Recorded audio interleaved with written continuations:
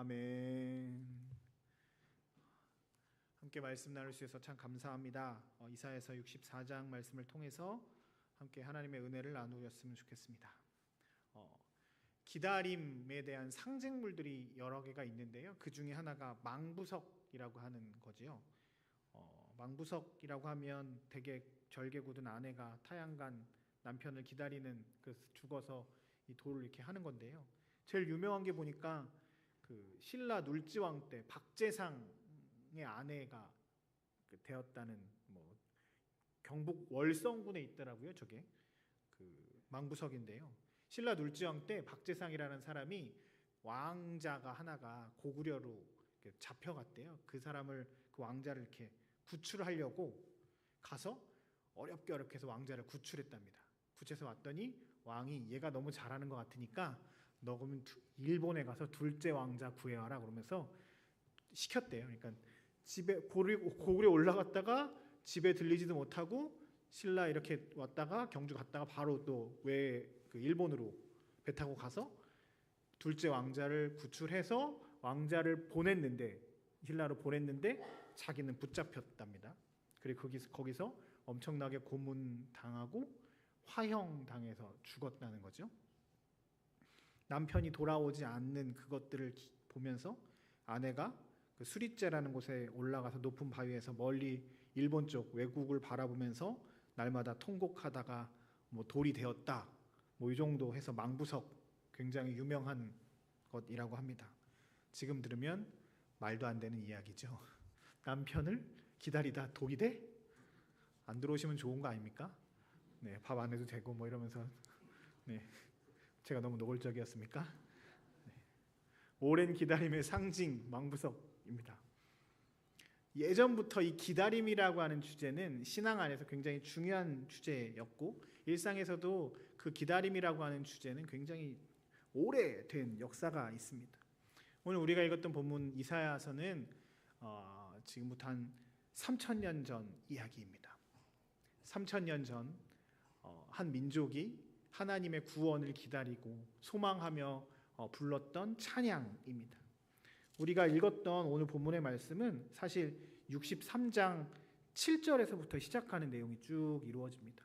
하나님의 구원하심을 기다리며 찬양으로, 시로, 기도문 형식으로 되어 있는 게 63장 7절부터 64장 전체 내용이 시와 관련된 시편과 같은 내용입니다. 이스라엘 사람들은 이사야가 있었을 때 그 상황이 그 우시야 왕이 죽던 해라고부터 시작돼서 이사야가 선지자로서의 활동을 시작했는데, 남유다가 굉장히 어려웠던 시절이었어요. 언제냐면 그 세계사 시간으로 얘기하면 아수르라고 성경에 나와 있는 아수르라는 나라가 대제국을 이루었고 이스라엘 쪽까지 쭉 넘어왔었습니다. 그래서 자기의 친척 같은 북이스라엘은 벌써 멸망을 했고 남유다 자기들만 남아있는 상황입니다. 계속 공격을 하고 어려움이 있었습니다. 근데 이 아수르가 굉장히 이스라엘 입장에서는 고약했던 것 중에 하나가 뭐냐면, 그냥 딱 공격해서 끝 이게 아니라, 공격해서 그 나라를 점령하면 그 나라의 정통성을 흔들어 버리는 겁니다. 종교적으로, 문화적으로 다 흔들어 버려서 이쪽에 있던 사람들과 이쪽에 있던 사람들을 강제로 섞어버린 거죠. 그러니까 이방인들이 들어오는 겁니다. 그러면 문화도 달라질 거고 먹는 것부터 시작해서 다 달라지지 않겠습니까? 종교도 달라지고, 우리로 얘기하면 일본 사람들, 동남아 사람들이 강제로 일로 들어오고 결혼하고 섞어서 살게끔 하는 겁니다. 그럼 문화도 음식도 다 달라지지 않겠습니까? 근데 이스라엘 사람들에게서 가장 걸리는 부분이 뭐였냐면 종교적인 부분인 거죠. 유일신 하나님 여호와만 섬기던 사람들에게 있어서 저쪽 동네에 있던 남자 여자들이 들어와서 결혼하게 되면 소위 말해서 이방 신들과 함께 섬겨야 되고 그 성전, 걔네들이 섬기던 성전들도 만들어질 것이고, 이런 것들이 막 섞이기 시작하는 것 아닙니까? 어려운 거죠. 북이스라엘 사람들이 그런 일들을 보는 겁니다. 사마리아 땅에 여러 이방 신들이 들어오는 것을 보고 이방인들과 결혼하는 사람들, 그래서 나온 자식들이 또 하나님을 섬기는 것도 아니고 다른 사람 신을, 그런 일들이 막 이루어지니까 스트레스를 받는 상황입니다. 그리고 또 그들 또한 바벨로니아라고 하는 큰 나라의 멸망하는 상황이죠. 70년 포로가 되고 그 모든 굉장히 어려운 상황 가운데 이스라엘 사람들은 이 찬양을 기억합니다. 하나님, 우리가 어떻게 해야겠습니까? 어떻게 해야겠습니까? 고난 때 불렀던 찬송 기도문이 적혀 있습니다. 고난 가운데 하나님의 은혜를 찬양하고 하나님께 찬송하고 하는 것이 한가한 이야기라고 들리는 상황도 있겠지만, 사실 아이러니하게도 인간은 고통을 경험해야 하나님을 찾을 때가 많이 있습니다. 전문 용어로 등 따스고 배부르면 자꾸 하나님 쪽으로 안 향하고 이쪽 바깥으로 향하려고 할 때가 있습니다. 저희 어머니 쓰는 표현이긴 한데 똥줄이 타야 사람이 좀 움직입니다. 죄송합니다. 이 방송 나왔지 참, 이거 이러면 안 되는데. 이스라엘 사람들도 마찬가지예요. 이스라엘 사람들이 하나님을 가장 많이 경험했던 순간이 언제였냐면 광야 40년 기간이었습니다. 말도 안 되는 그 광야길을 걸으면서 단 1분 1초도 혼자 살 수 없는 그 시기에 그들은 하늘로부터 내려오는 음식을 먹고 살았습니다.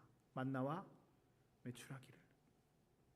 낮에는 덥고 밤에는 엄청 추운 그 광야에서 구름 기둥과 불 기둥으로 하나님이 그들을 인도하셨습니다.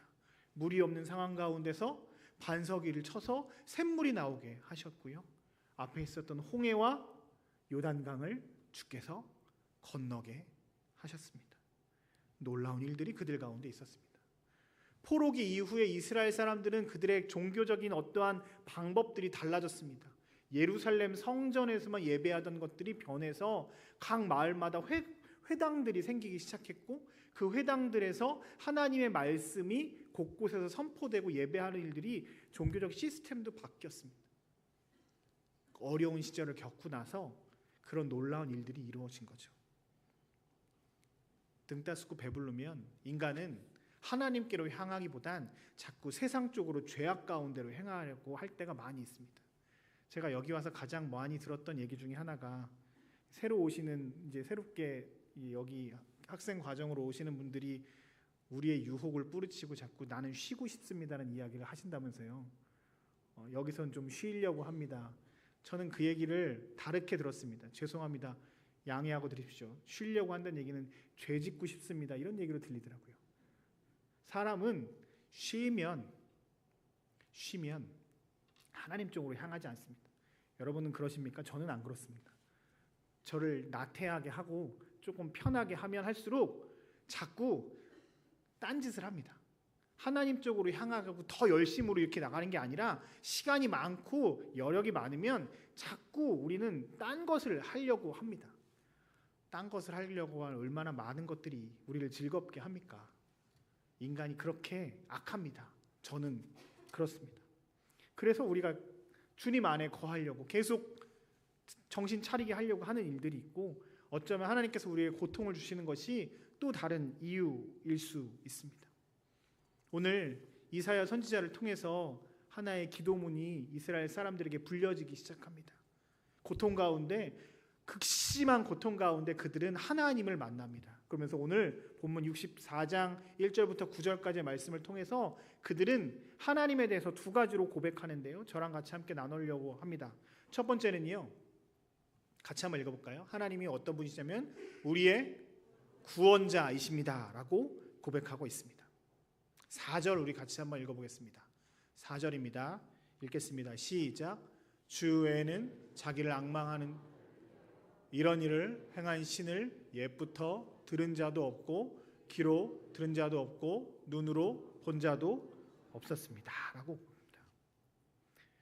이스라엘 사람들, 지금 위기 가운데 있는 이스라엘 사람들은 한 가지를 딱 기억합니다.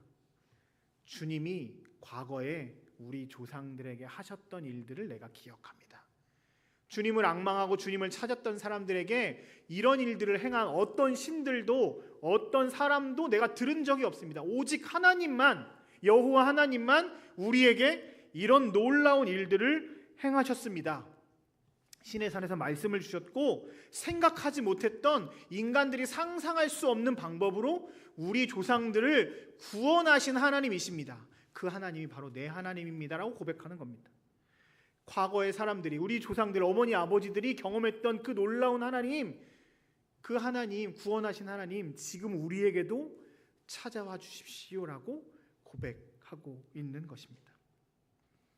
여러분 아시겠지만 아까 제가 잠깐 이야기했지만 이스라엘 사람들이 광야에서 경험했던 그 하나님의 놀라운 기적들이 인간의 능력으로 행할 수 있는 것이었습니까? 만나와 메추라기가, 구름 기둥이, 불 기둥이, 그 샘물이 나는 그 상황들이, 홍해가 갈라지는 역사들이 인간의 능력으로 할 수 있는 겁니까? 아니지요. 하나님의 기적과 같은 일들이 이스라엘 사람들에게 쏟아 부어졌습니다. 그들이 이뻐서 그랬습니까? 하나님이 그들의 하나님 되시기에 이스라엘이 하나님 백성이기 때문에 나타났던 놀라운 일들 아닙니까? 오늘 이사야를 통해서 고백되어진 이 찬양이, 이 기도문이 지금 어려운 때를 살고 있는 그 이스라엘 사람들에게서 고백되어집니다.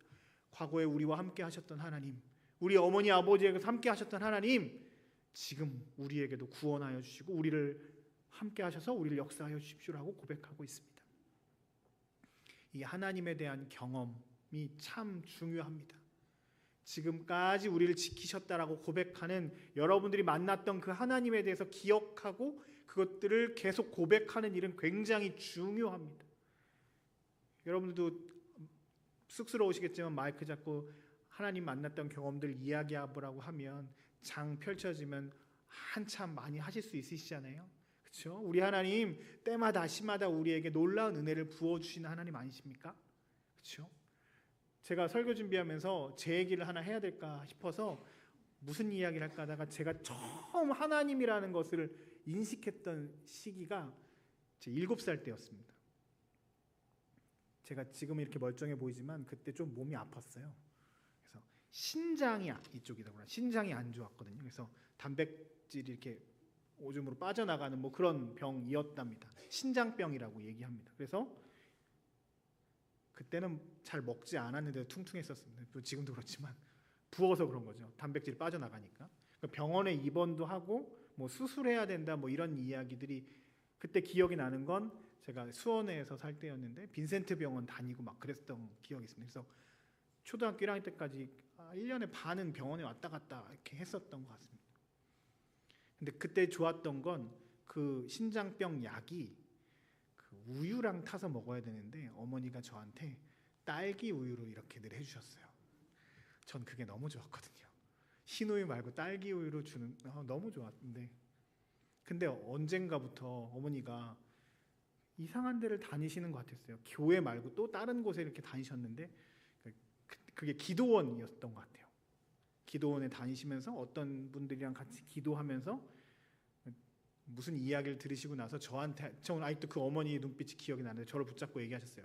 기우야, 이제 너의 약을 끊을 거야. 그때 제가 좀 짜증났었거든요. 초코우유를 안 먹는다고, 딸기우유를 안 먹는다 그런 생각이었거든요. 그리고 내가 약을 끊으면 나 죽을 수도 있을 것 같은데라는 생각이 막연하게 들었던 것 같아요. 그런데 어머니가 그렇게 말씀하셨어요. 믿음으로 결단하신 거죠. 저 나름 귀한 아들이었거든요. 네. 약을 끊을 거야. 우리가 우리 가정에 너를 통해서 하나님이 역사하시는 걸 우리가 볼 거야. 그러면서 진짜 약을 딱 끊으셨어요. 저는 뭐 끊으니까 초코우유를 안 먹고 딸기우유를 안 먹는 아픔이 있었지만 뭐 그렇다고 끊었죠. 근데 병이 나았어요. 네. 어떻게 된 과정인지는 정확하게 기억나지 않지만 약을 끊었고 시간이 지난 다음에 신장병이 나았거든요. 그래서 제가 초등학교 1학년 이후에는 학교를 잘 다녔습니다. 저는 지금도 고백합니다. 40년 전 이야기지만 지금도 고백합니다. 저는 신장병으로 죽진 않을 겁니다. 저는 그렇게 고백합니다. 하나님께서 치유하셨거든요. 그때 제 초등학교 7살 때 초등학교 1학년 때 죄송합니다. 국민학교였습니다. 저는 그 8살 때 고백했던 하나님이 내 병을 고쳐주셨어 라고 하는 그 고백이 저한테 있습니다. 여러분들도 하나 두 개씩은 있으시죠? 우리 아들이 없으니까 한 얘기 더 해야 되겠다. 지난번에 그 얘기 하더라고요. 주일날 갔는데 저는 먼저 가고 엄마랑 이렇게 손잡고 교회 왔는데 헌금해 그랬더니 얘가 헌금 준비를 안 해갖고 왔어요. 근데 지 딴에는 뭐 이렇게 찾아보니까 지갑에 5만 원짜리가 있었나 봐요. 그러니까 그건 뭐 세뱃돈으로 받은 거겠죠? 지가 뭐 이렇게 깊숙이 숨겨놓은 건데 순간 고민을 좀 했나 봐요. 그러다가 이 헌금을 이걸 해야겠 그때가 3학년 때였으니까 네. 이렇게 하려고 하다가 그냥 지는 해야지 하면서 이렇게 하려고 하다가 엄마랑 잘 협상해서 엄마가 이렇게 1,000원짜리인가 이렇게 주고 그쵸? 예? 10,000원짜리였나요? 네. 그래서 엄마 어찌됐건 지 돈이 안 나가고 지는 드리려고 했는데 엄마랑 이렇게 해서 엄마 돈으로 이렇게 헌금이 나가고 지는 5만 원이 들어간 거죠. 근데 그날 저녁 예배 때 저희 최석한 목사님이라고 저희 여기 계셨던 그리고 저랑 저 선봉대 있을 때 담임 목사님 하셨던 목사님 오셔서 예배 설교를 진행하셨는데 저녁 예배 때 거기 있었던 초등학생들은 다 나와라 예배 중간에 갑자기 나오라 그러시더니 당신 지갑에서 5만 원짜리 하나씩을 다 주시는 거예요. 그냥 우리는 그냥 5만 원 받았구나 좋겠다 했는데 얘는 지가 고백하더라고요. 내가 엄마 아빠 내가 하나님한테 헌금으로 5만 원을 한 것도 아니고 주머니에서 하려고 했는데 하나님이 그 5만 원 나한테 주셨다. 제 입장에서는 하나님을 만난 거잖아요. 하나님께 드렸더니 하나님이 나에게 주셨다. 그렇죠? 제한테 5만 원이라고 하는 돈이 하나님을 만나는 매개체였던 거죠. 여러분들도 있으시지 않습니까? 이런 많은 경험들이 우리 자녀들에게 이런 것들 계속 물려줘야 됩니다. 하나님에 대해서 경험했던 그 놀라운 일들을 계속 알려주고 계속 이야기하고 고백하면서 하나님이 우리의 하나님이시구나. 하나님이 나를 사랑해 주시는구나. 하나님이 나를 구원해 주시는구나를 늘 경험케 해야 합니다. 오늘 이스라엘 사람들이 그 위기의 순간에 떠올렸던 건 하나입니다. 우리 조상들에게 만나셨던 그 하나님, 말도 안 되는 상황에서 광야에서 살려주셨던 그 하나님, 지금 우리를 살려주십시오. 당신은 나의 구원자 하나님이십니다라고 고백합니다. 여러분 가정에 이런 하나님의 은혜에 대한 고백들이 놀랍게 굉장히 풍성하게 넘쳐나시길 주의 이름으로 축복합니다. 그리고 위기의 때일수록 우리가 하나님이 나의 구원자이십니다라고 고백하는 은혜가 우리 가운데 있기를 주님의 이름으로 축복합니다. 두 번째 이스라엘 사람들이 고백했던 하나님은요. 같이 읽어볼까요? 시작. 우리의 창조자이십니다 라고 고백합니다. 8절에 아주 유명한 말씀입니다. 같이 읽겠습니다. 시작. 그러나 여호와여 이제 주는 우리 아버지시니다. 우리는 진흙이요 주는 토기장이시니 우리는 다 주의 손으로 지으신 아멘. 이 8절에 이야기하기 전에 5절부터 7절까지 보면 이스라엘 사람들이 자신의 죄를 회개합니다. 주님, 우리가 너무 죄를 지었습니다. 하나님께 나아갈 수조차 없는 죄인입니다 하면서 5절, 6절, 7절 이렇게 쭉 고백합니다. 제가 한 점을 읽겠습니다. 7절입니다. 주의 이름을 부르는 자가 없으며 스스로 분발하여 주를 붙잡는 자가 없사오니 이는 주께서 우리에게 얼굴을 숨기시며 우리의 죄악으로 말미암아 우리가 소멸되게 하셨습니다. 주님, 저는 죄인이어서 하나님 앞에 온전히 설 수도 없는 존재입니다 라고 말합니다.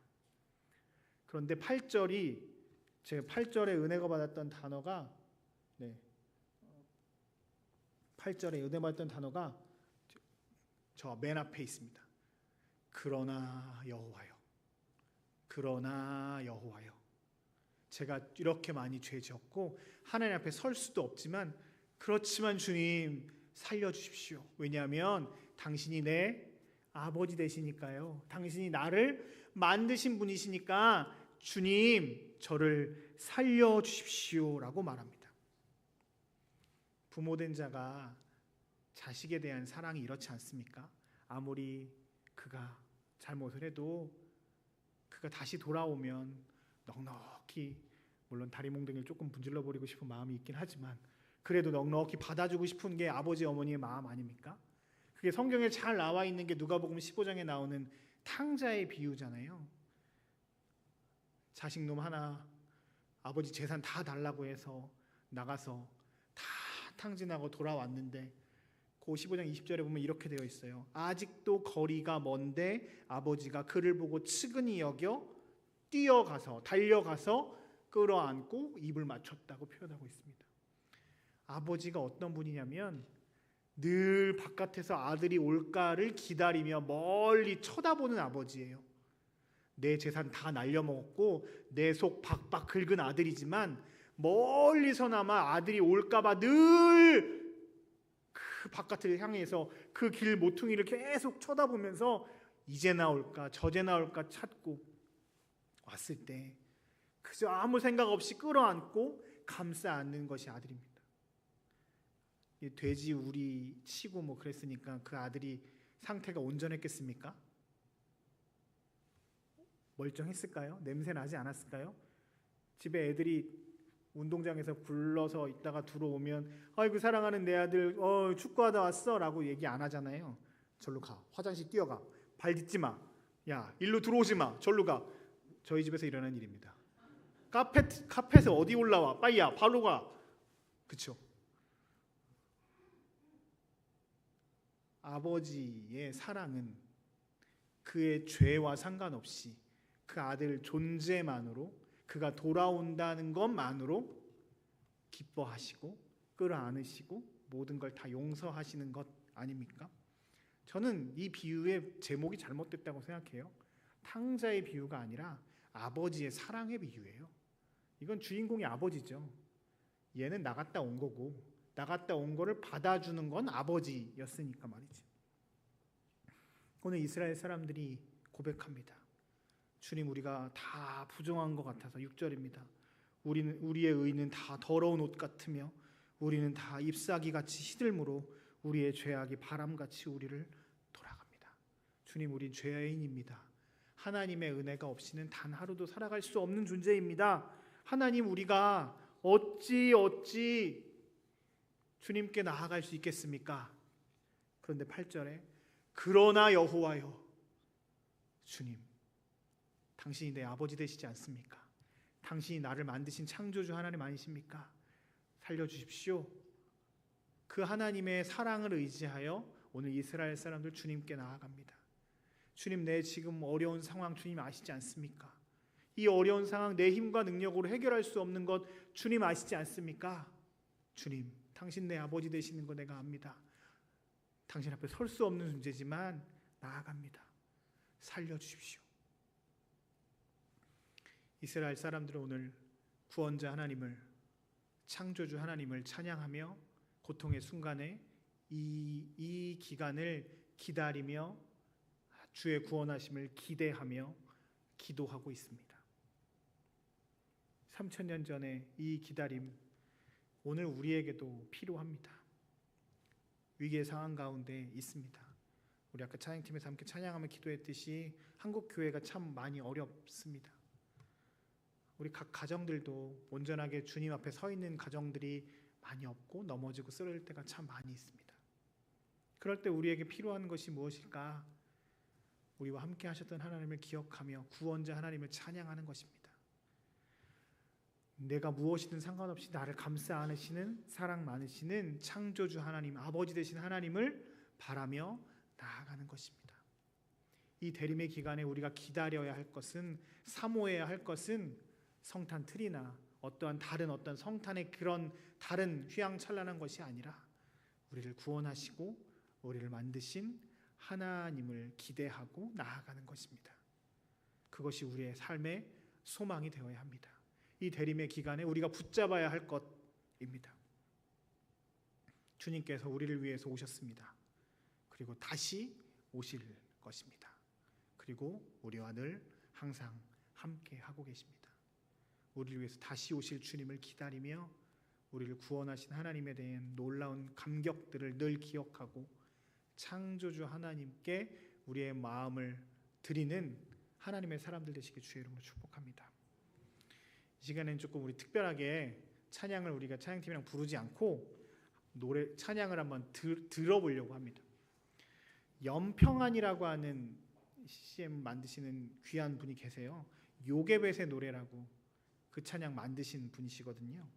연평안 씨가 만든 찬양인데요.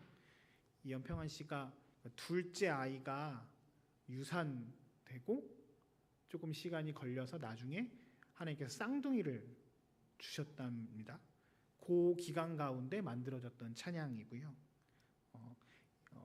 기다림에 대한 찬양인데 제가 참 좋아하는 한웅재 목사님, 꿈이 있는 자유의 한웅재 목사님 통해서 들려지는 찬양인데요. 가사가 이렇습니다. 제가 가사를 한번 쭉 읽어볼게요. 그리고 오늘 찬양을 우리가 귀한 목사님의 목소리를 통해서 같이 한번 들으면서 우리가 기다려야 될 것들이 어떤 것인지 함께 묵상해 보는 시간이 좀 되었으면 좋겠습니다. 삶은 기다림이어서 이해할 수 없는 수많은 순간들, 주의 뜻을 묻고 기다리는 게 나 걸어가야 할 길이라서. 삶은 기다림이어서 견디기 힘든 날들, 수많은 아픔들, 주 내게 주신 그날 하루를 바라며 이겨내는 게 나의 길이라서. 캄캄하기만 한 두려움, 내 앞길과 참기 힘든 시련과 어려운 상황 속에서 날 품어주신 주를 기대하며 주가 주신 나의 길을 가려해. 삶은 기다림이어서 주를 바라고 기다리는 게 내 삶의 이유라. 이 길을 걸어가네. 주 오실 그날 기대하며 이 길을 따라 걸어가네. 우리 찬양 듣겠습니다.